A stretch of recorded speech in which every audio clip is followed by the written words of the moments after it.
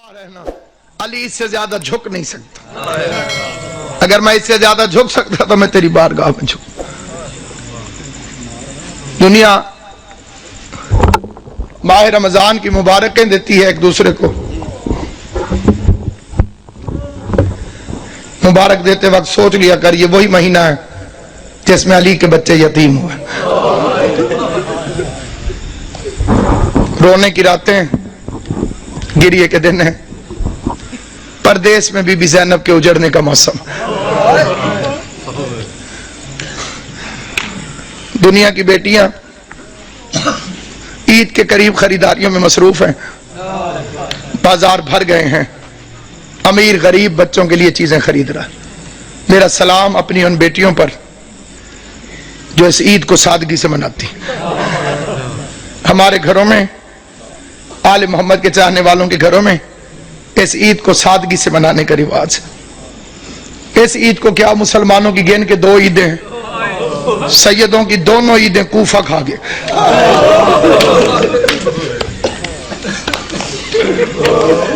کئیوں نے میرا لفظ سمجھا ہے، کئیوں کو سمجھ نہیں آئی.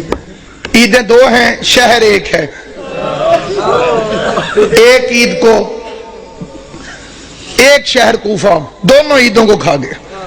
ایک عید پہ زینب باپ کا ماما اٹھا کے روتی رہی. دوسری عید پہ دریا کے کنارے مسلم کے بچے ذبح ہوتے.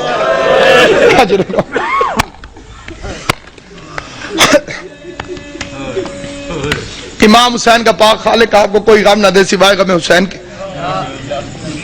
رمضان اسی کا قبول ہے جس نے علی کے بچوں کو پرسا دی. عبادتیں اسی کی قبول ہیں جیسے نے علی کے یتیموں کو پرسا دیا. کوشش کرنا ان 3 دنوں کو محرم کی طرح گزارا کرو. محرم کی طرح. اور ایک گزارش میں خاص طور پہ کیا کرتا ہوں، کوشش کیا کرو عید والے دن کالے کپڑے پہنا کرو.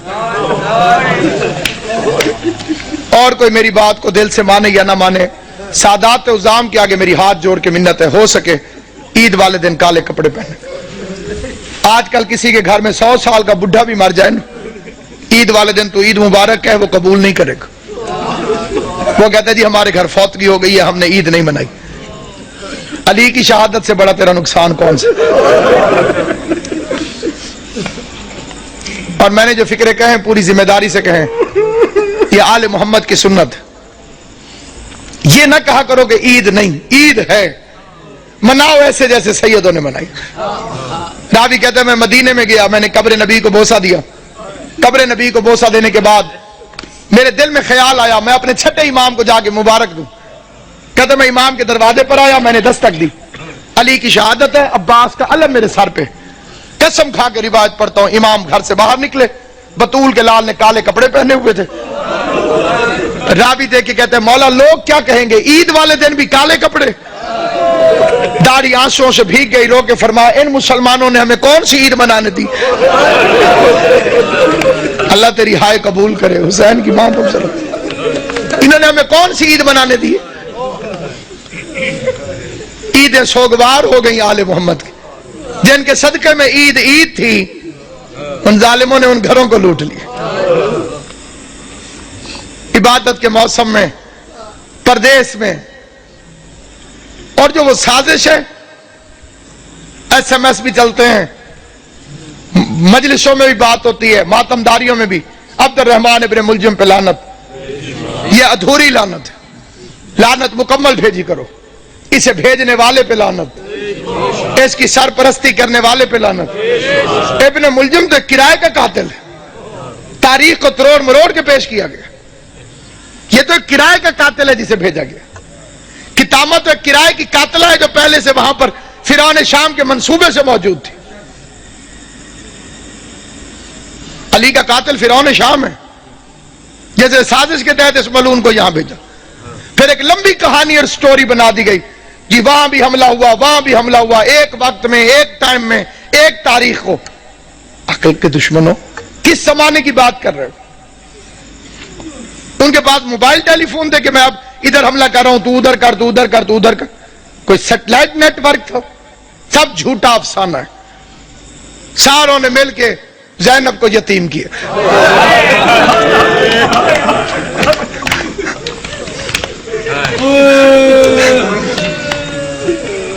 شریف امام. تو بعد میں پتہ چلا ایک گھر سے رونے کی آواز آئی. حسن حسین اس گھر کے اندر چلے گئے علی کی شہادت کے بعد. دیکھا ایک اندھا بیٹھا ہوا ہے, نہ ہاتھ ہے نہ پاؤں. حسن پوچھتے ہیں بھوک لگی ہے؟ کہتے لگی ہے لیکن رویا اس لیے نہیں. حسین پوچھتے ہیں پیاس لگی ہے؟ کہتے بہت لگی ہے لیکن رویا اس لیے نہیں. حسن حسین پوچھتے ہیں پھر رونے کی وجہ؟ کہتے اللہ کرے وہ خیریت سے ہو. حسنین پوچھتے ہیں کون؟ کہتے ایک مزدور تھا جو روز کوفے سے میرے لیے کھانا لے کر آتا تھا, مجھے اپنے ہاتھوں سے کھانا کھلا کے چلا جاتا تھا. 19 رمضان سے وہ میرے پاس آیا نہیں.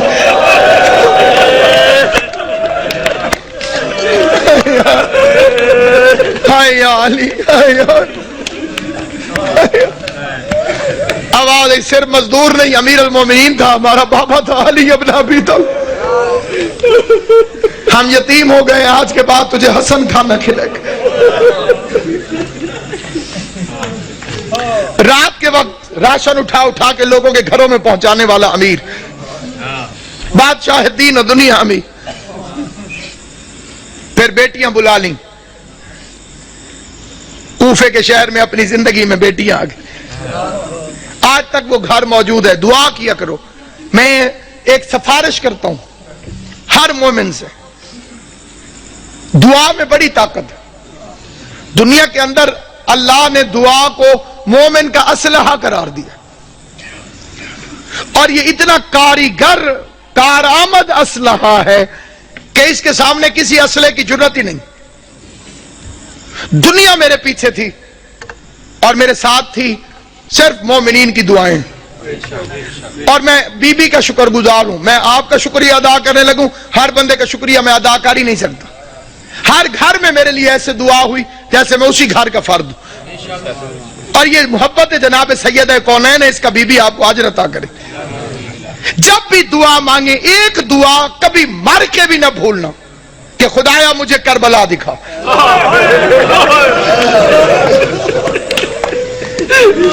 خدایا مجھے حسین کی قبر میں.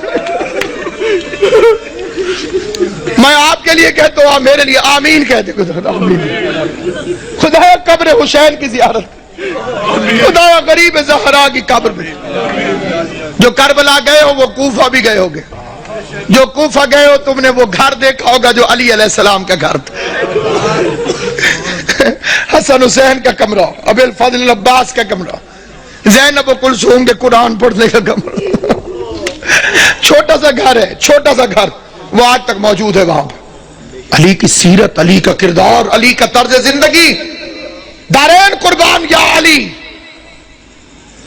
عثمان ابن حنیف میرے مولا کا صحابی ہے, وہ کہتے ہیں میں نے 3 دن مزدوری کی. مزدوری کرنے کے بعد میں نے تھوڑا سا حلوہ بنایا, پیسے بھی تھوڑے تھے, حلوہ بھی تھوڑا سا بنا, اسے کوئی ایک آدمی چکھ سکتا تھا, بس اتنا تھا. کہتے میرا ارادہ ہوا میں کھاؤں, پھر میں نے ہاتھ چھوڑ دیا. میں نے کہا میں اپنے مولا کو پیش کرتا ہوں, علی علیہ السلام کو کھلاتا. وہ کہتے میں مولا کے دروازے پر گیا, میں نے دستک دی, علی مصلی سے اٹھ کے باہر آئے. میں نے کہا مولا یہ حلوہ قبول کرے. علی نے لے کے واپس کیا, فرما ابن حنیف اللہ تجھے اجر دے, یہ حلوہ واپس لے جا. تیرے امام نے اپنی زبان کو لذت والی غذاؤں کے ذائقے سے آشنا نہیں کیا.